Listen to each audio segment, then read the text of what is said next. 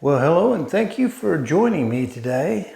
I'm a little bit early with this. The Black Beast is I don't know, I haven't come up with a name for it yet, but we're waiting on the Z890 boards to come out and the new chip so I can see how that goes, and I might wait a little while to see how the reviewers think of it.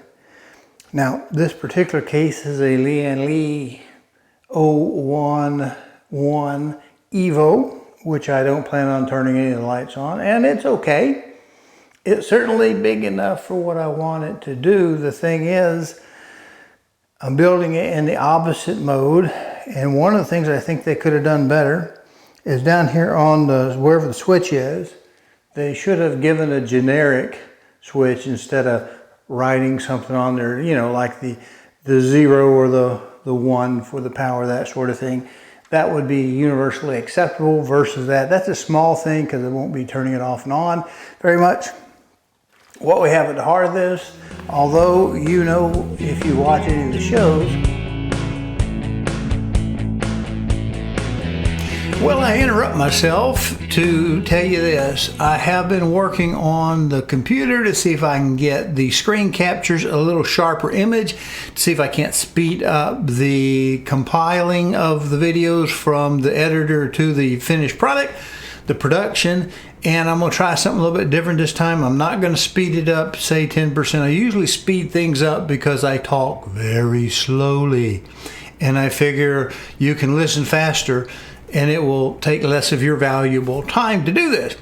And I just need to tell you right now to click like and subscribe because it helps me out against the YouTube algorithm. The beast is not my friend, but you are. So anyway, on this video, I'm gonna introduce some things that I bet you haven't thought of because I don't see them in wide distribution on the internet. And I am an old engineer. I think things a little bit differently. I'm a little plainer spoken than some of the personalities out there. But anyway, let's get to it. And then at the end, comment. Tell me if you think this is any better, or if I talk too much, or if I'm just a big dolt or whatever. Even a bad response is good for the algorithms. We appreciate you. Click like and subscribe. Thanks. What we have at the heart of this, although you know if you watch any of the shows, I'm not a big fan of getting more money out of people by the light things. I don't really get the whole light thing. You know, it's okay. I've got the other two machines have lights in them, but I don't have the ARGB stuff that makes it look like a knocking shop in Las Vegas. But I did spend some money on the fans, and these are the Be Quiets. I think I've got a note on it. That's to remind me I've got the extra feet attached into this one. And they're nice little fans. These are Silent Wings Pro 4 PWM. I bought them because they have given an extremely long lifespan on them. And this very well may be my last PC I built in my lifetime. Because I used to build PCs back when I was young. Gave it up somewhere around Intel sued AMD for using 486, and the court said, no, Intel, you cannot copyright a number. That's why we have name processors today. That was around the 486. I think it was the Pentium that was already developed but hadn't been launched, was launched under Pentium versus the 586 because Intel lost that lawsuit. And AMD has always been such a petulant little child anyway, constantly just being like a little chihuahua, annoying as it could be. And I'm not a super big AMD fan or super big Intel fan. I don't really have a dog in that fight, and neither one of them sends me a check or parts. But the reality is very simple. Intel is the giant and AMD is no Goliath. So anyway, we have this case. What are we doing with it? Well, I decided I did not want to build white because that's what everybody is doing. They build white and they put fans that I don't really think are necessarily worth the money. There's nothing special about them. And to use them, since there's no real standard, so to speak, and they all want you to get into their software, which is often glitchy. They want you to get into buying their ecosphere, their stuff. So even like this pump that you see in there, if you've watched the video on blacking it out, it came with a controller and a little LED light ring. Certainly not worth $60 to me. I don't intend to do that, but it's not available any other way. Now, if you can see the pump in here, I did go with this particular pump because I could find no alternatives that I would consider to be, quote, quality, as if I know. But that's just what we did. And I would have preferred having a larger reservoir, but I didn't want to put the pump very low because I'm going to have to change this computer's diapers from time to time. And having to do that, I need to make it where I can get to it and do my adjustments and everything. So these fans that I showed you, right? Well, these are the 3-speed jobs because I'm really not sure how much wattage I'm going to have to get rid of because I haven't decided what I'm going to put in there.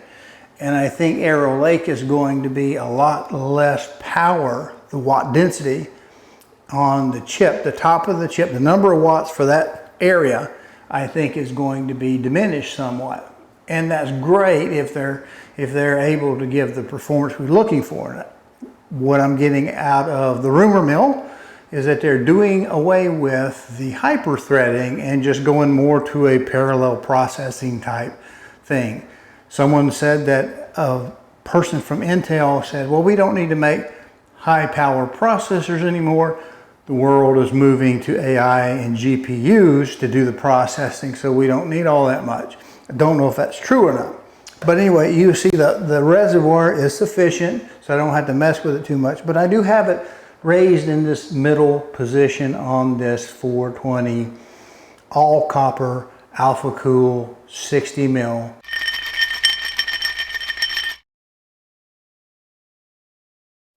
Well, I got the handheld out for this because it's just too difficult to do it any other way. This is a 420 rad on the other side of it. You can see looks rusty, but it's just the copper on the other side of that. And it's very finicky. There's a very small place it can go in, and that's a pain in the butt. Now, how do you put it in without losing your cool? Well, to be quite honest, we put in a screw here, just a fan screw and a fan screw to locate this one fan, and giving it a little bit of room to go up or down. Got the radiator on the other side, got it lined up through a screw here and here, make sure they lined up, and they did. So what we did is pull the radiator back out and go ahead and mount the other two fans using just the fan screw here and here. And with them in place, I was able to take and route the cables, bundle the cable the way I want to for the fan, set the fan speed to the middle, because these are 3-position PWM Be Quiet fans, 140 millimeter. Got those set up. That worked out. And then once we get the radiator placed back into place, we can come back in here and put the 6 screws in each of the fans. Now, once we get that done, as we have here, we're going to pull out the fan screws and replace those with radiator screws. More effective at conducting than aluminum is. That's why we use copper wiring. We tried back in Carter's years the aluminum, and except for the great big feeders, we don't use it in branch wiring anymore. It's just not as good, but we do use it to cook with. But when you look online, the copper, all copper cookware is a lot more expensive. It works better because it's a better conductor. So these two, there's one in the bottom, there's a 280 in the bottom, there's a 420 in the side, and I have them oriented so that we bring in room air into each one of them. Now, I have some other videos I'll put in here just to flesh out this video. And I apologize, one of the negative things about a black case is I have such a bright light over here to do the production that it's washing me out, and I look like I might be one of those hiding in the basement types. So anyway, the purpose of doing it this way is because the air, you'll never get water temperature really as low as your air. It's almost impossible to do so. You certainly will not get it any cooler than the room air that's coming in across it. Not necessarily where you are next to where the register is, but where the air is entering the box. So you get your best temperatures when your air is going straight into the radiator. Now, pulls are generally better than pushes, and I have a pull configuration on the bottom because I can do that and it makes sense. And I have a push on the back of this one because I need it for the geometry. But what I'll show you in just a second is how I plan on running the pipes for this, because this will be a custom loop. Now, I do have a difference of opinion with a young German fellow that likes to do direct dye cooling. Well, I interrupt myself here to be perfectly clear. Now, the young German fellow, I don't want to sound like I'm coming off being ugly to him by any stretch of the imagination. He seemed like a quite nice chap. But he says, this is his words, I'm paraphrasing because I didn't write everything down. Some time ago I watched a video and he says, whenever I use 2 radiators in a loop, I always get questions the comment section fills with comments dealing with why didn't you put some devices between the 2 radiators in the loop? And his response is, well, it doesn't make any difference because you run that pump full blast. And because it runs full blast, it really doesn't matter where you put it. Eventually the water heats up and it doesn't make any difference. Well, here's where you good people have a point. At least I think you do. The point to me is when you run a loop, yes, it is a single, if it's a serial loop, and you don't have a parallel manifold somewhere in there to hit multiple GPUs or whatever. Yes, you can run that water, and if you run it at a high velocity, you can get around and get to everything pretty well because the water will heat up a lot slower because it's sitting on the water blocks for a shorter period of time before it's replaced by the cooler water in the loop. Now, here's my thought. Not all pumps are created equal. Some pumps are lower in capacity, or perhaps they are noisy at high RPM, at full blast, and maybe you don't want to run your pump at full blast. Maybe you want to cut it down to 3/4 or so to keep some of that noise off of it. Well, if we do that, our water is going to pick up more heat per minute because we're running fewer liters per minute or gallons per minute or whatever you want to do it, cups per minute. And so that water will heat up if you run the pump a little slower. Now here's the thing. For my way of looking at it from an engineering standpoint, I would take and run my water to the least power consuming device first, because assuming it picks up some heat, I don't want to dump it. Say if I have in my case that Gen 5 NVMe that I don't have yet, I plan on hitting its water block first because it's only like 12 watts or so. So it's not going to get super hot to begin with. So it's not going to, if it picked up all of the heat, it wouldn't pick up that much of it. And I'd rather take that and hit the CPU that I do want to have very good cool temperatures on. Maybe if I run it at 75% of the pump, I get a little bit more, maybe 2 degrees more on the water, and I get up a little faster. But if I have 2 radiators like I do now, if I return that water through to a second radiator, I can recool that back down, then hit the GPU. Now what if my GPU takes more watts than the CPU? Well, I might use it off of the big radiator and hit it first, and then come back through the smaller radiator and hit the CPU. So I think it can make a difference. It's up to you to decide if you want to try it. I'm certainly going to try it because I've got 2 giant 60 mil rads in there, one 420 and one 280. So I think I should be able to cool off, depending on how I run that water pump. I may, and the fans to go with it, I may be able to kill a couple of kilowatts of heat off of it. And I don't think we're going that direction. The only way I could get that much heat in there to really tax that system that I'm building is if I want, maybe I want to build an AI home unit and I want to have a couple of 4070s or 4090s, something like that in here, and I have more GPUs, and so I put a lot more wattage in it, I might run the loop another way. But I'm not putting the guy down. I'm just saying, I think you guys, the viewers of these, consumers of these type of videos, have a valid point. Why wouldn't you, if you have two radiators, put a device in between the two radiators? Because it may allow you, especially if you have a noisy pump, to run the pump a little slower. Yes, you'll pick up a little more heat probably on each device because you're not running full force through there, but maybe you don't need to. If you were topping out, say, at 80, 81, 82, and running it a little slower, you run up to 87 or so, you probably wouldn't want to run 87 degree water into your next device, whether it be the GPU or CPU. You probably just wouldn't want to do that.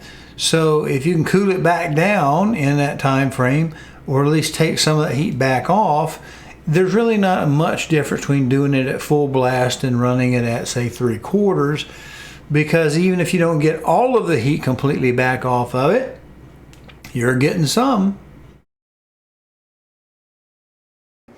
I think that's okay if you can buy a direct die CPU. I'm totally against the potential wastefulness of destroying a CPU, an expensive CPU, so you can take the integrated heat spreader or heat shield off, because you're taking the chance on ruining that processor for what? For just a little bit more performance? It just doesn't make sense. If you can buy it naked, that's different than taking the chance of destroying something. The same thing with a lot of the design stuff that I see, or what passes for design on the internet, because I see young guys like peeling the stickers off their NVMEs, which voids their warranty. That's just, it doesn't do any good. You really, I think you should have an innate sense that that's not going to do much of anything. And if you're got a lot of risk and very little reward, it doesn't make sense to me as an old engineer. And also the people that design this stuff, that's their job. They study and have a lot more facility and money is behind them than you do. So if they wanted it that way, they'd have built it that way, because they sure would take advantage of your perception in the buying public that it's going to help them if they do something. Now, people do look for content on a regular basis. What you'll notice, I think I can ease around here, and I think it shows with that bright light. It's blinding me. There's something different about how I did this. Otherwise, you know, we have a radiator in the bottom. You can see that. It's also a 60 mil, 280 60 mil, all copper. But I want to talk just briefly about my idea of changing diapers. Now I have my pump up top. You probably watched the video where I black this out, except for right here, there's a little side glass so I can see if I'm losing water. Water is the enemy, light is the enemy of water, because some things need light to grow by. They also need oxygen. So in an ideal world, we're going to run out of oxygen inside of our system before too long, but stuff can still grow on that amount of water. But then you also have anaerobic bacteria that don't need oxygen to live. You have facultative bacteria, which can do either one. They can be in an oxygenated environment, or they can be in a deprived environment and they still live. They're an example of a non-facultative anaerobic bacteria is botulism. It grows only in the absence of oxygen. Air kills it, and it makes a very bad toxin. But normally we don't have to deal with much more than sliming up our water with, say, an iron-related bacteria, slime bacteria, something like that. But it does go bad. So everything we're doing is so that I don't have to change the diapers very often, not as often as normal. Now what you'll see is this little piece that comes out here. It's a little straight piece. I don't know if this pump requires it, but in general, pumps do better when they have a little bit of a run before you hit a hard corner or change of direction. If you've ever worked with a well, you would know that, because the instructions tell you give it a little bit of running so that we don't have that turbulence and that tendency to cavitate and create gases, to liberate gases from the water. Hey, appreciate you watching. Do me a favor if you will, subscribe to the channel, either the YouTube or the Rumble channel, which this appears in. And if you can, check the notification bell or settings to make sure that you get notified when new videos are posted. Appreciate it. Because the instructions tell you, give a little bit of running so that we don't have that turbulence and that tendency to cavitate and create gases, to liberate gases from the water. We come out of here, we run down this. There is a 45, a set of 45s in here, just so it can kind of slow its roll into the bottom of the rad of this 420. Now it runs up this side, it will go across the top, it will come down the bottom. Out of this one, this is the one that we go to first, our little alpha cool. Let me get that in the center screen. This is for the Gen 5 NVMe because they do run hot. A lot of them that I've seen so far are being reported as being very hot. We do have a little block, not that I know that it actually does any good whatsoever to frame around a CPU. Some people make it seem that it makes a big difference. I don't expect it to make a lot of difference, to be honest with you. And then I have this massive, I'll get a close-up of it, I put a picture in the video, of a CPU block. And this CPU block is not only large, but it's also opaque, so we don't have our light getting into our water there. And if it'll fit, which is a big question, I haven't a motherboard, I'm sorry, a birthing person board, because you can't say mother anymore. And somehow, I don't know what the deal is. I don't understand this new world, but that's a big block, and that will be the limiting factor on all of it. It's not necessarily how big your loop is, but how well you can take the heat off of that integrated heat shield. And yes, you may get a better coupling direct to die with the IHS off, but you're also now doing it through a much smaller surface area. At a risk, if you're taking the lid off, as they say, you're taking a risk at ruining something. So we've already talked about the airflow coming in. We've talked about the airflow coming in this side, a pool being generally, in my opinion, a little bit better. I mean, if it wasn't, let me ask you this. You have eyes. Go out there in the world and look at your air conditioners. Do they normally push air over a coil or pull it through a coil? There's a reason for that. Not always dramatic, but there's generally a little bit of a benefit of doing a pull over a push. So we have the water coming out of the pump, going in, going across the top, coming out the bottom, going into the cooler, the water cooler for the NVMe. Out of that, we'll go into the CPU, come out of the CPU, and we will return to this line. There's a line, it's black, I know it doesn't show up good, but it'll come off of here and then go into the 280. Now, why am I doing that? Because I don't know how many CPUs or GPUs I'll put in here. Probably just one. And this is certainly big enough, this 420 is certainly big enough to cool a GPU. And then some. But if I want to have a few more, I might want to run my water slower so that I get good contact time across the water blocks. And that will allow it to pick up a little bit more heat with lower gallons per minute or liters per minute if you're metric. And that will help, I think, with the noise level. The radiators themselves are big enough that I don't need much air at all. I certainly don't need as much air as those Be Quiets will produce. But the idea is to have very low number of exchanges of air volume within my case, because if I water cool the GPU and if I water cool the CPU, there's not a lot that needs heat removed from the inside. But what I'm going to do as far as that goes is I can then come out of this lower one and run into the GPU.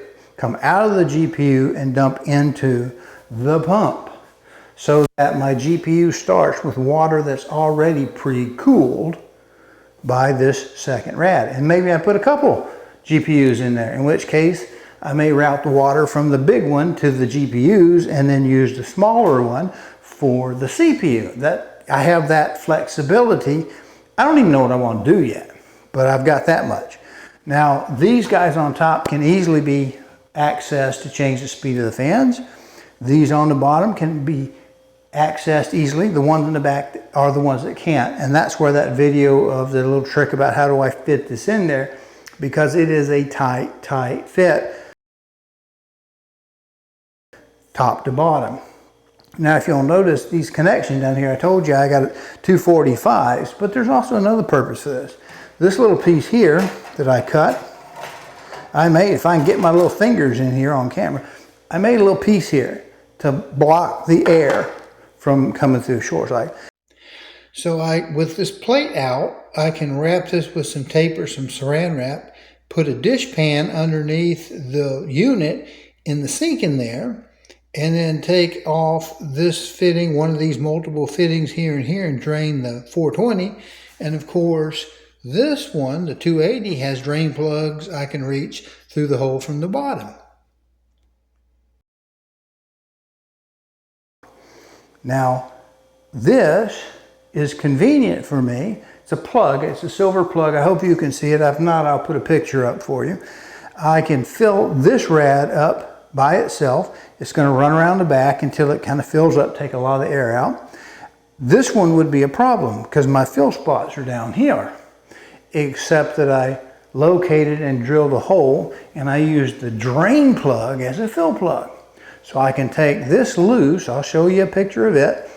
I'll take this out and I can fill up this rad all the way down, and of course I can fill up the reservoir. So that'll let me run it through a little bit without having to have so much work just to keep filling at this point here.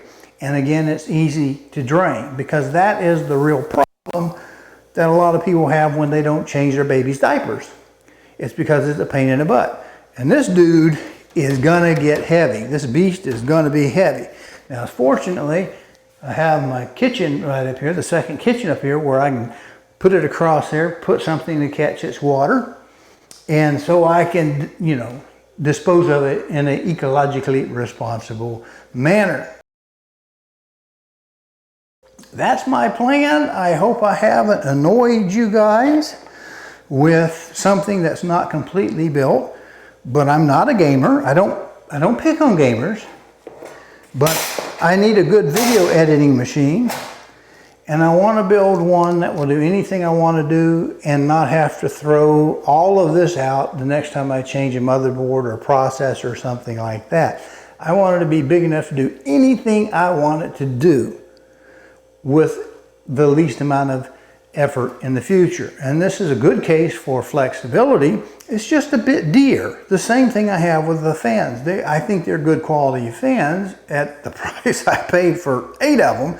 I think in a previous video I said 7, but I was counting my little shiny guys that I have in there, giving it that industrial, multi-frequency drive kind of look type thing, just black and silver, and that's kind of the color thing. But once I put the glass on it, smoked gray, so to speak, you really shouldn't be able to see too much in there. And I'm doing the no lights in this case because it is a water-cooled unit. You will notice that on your AIOs, you notice they don't have clear tubing for them, do they? Because they want them to go 5 years before you throw it away. And most of the cheap ones, the $50 sub 100s, have aluminum rads in them. So don't expect them to do a very good job of cooling. Now, they'll do better maybe than some of the airflow designs I've seen, but they're not made to last forever. These all copper should perform better, plus they are ginormous in their scale. So I'm hoping that I'll be able to run this pump very, very quietly. Although if I have room at the end of this video, I'll put another segment where I show my airflow, where I kind of test to see how much the fans will pull, what speed I need to put them in. It's better to have them on medium and then use the PWM to turn them down to a minimum, but I may not need that. So anyway, I think I've talked enough. I know it's not ready, but I just want to give you a little something to see how your brain works, to see if it's useful to you for any design consideration you have on your next box. Appreciate you watching.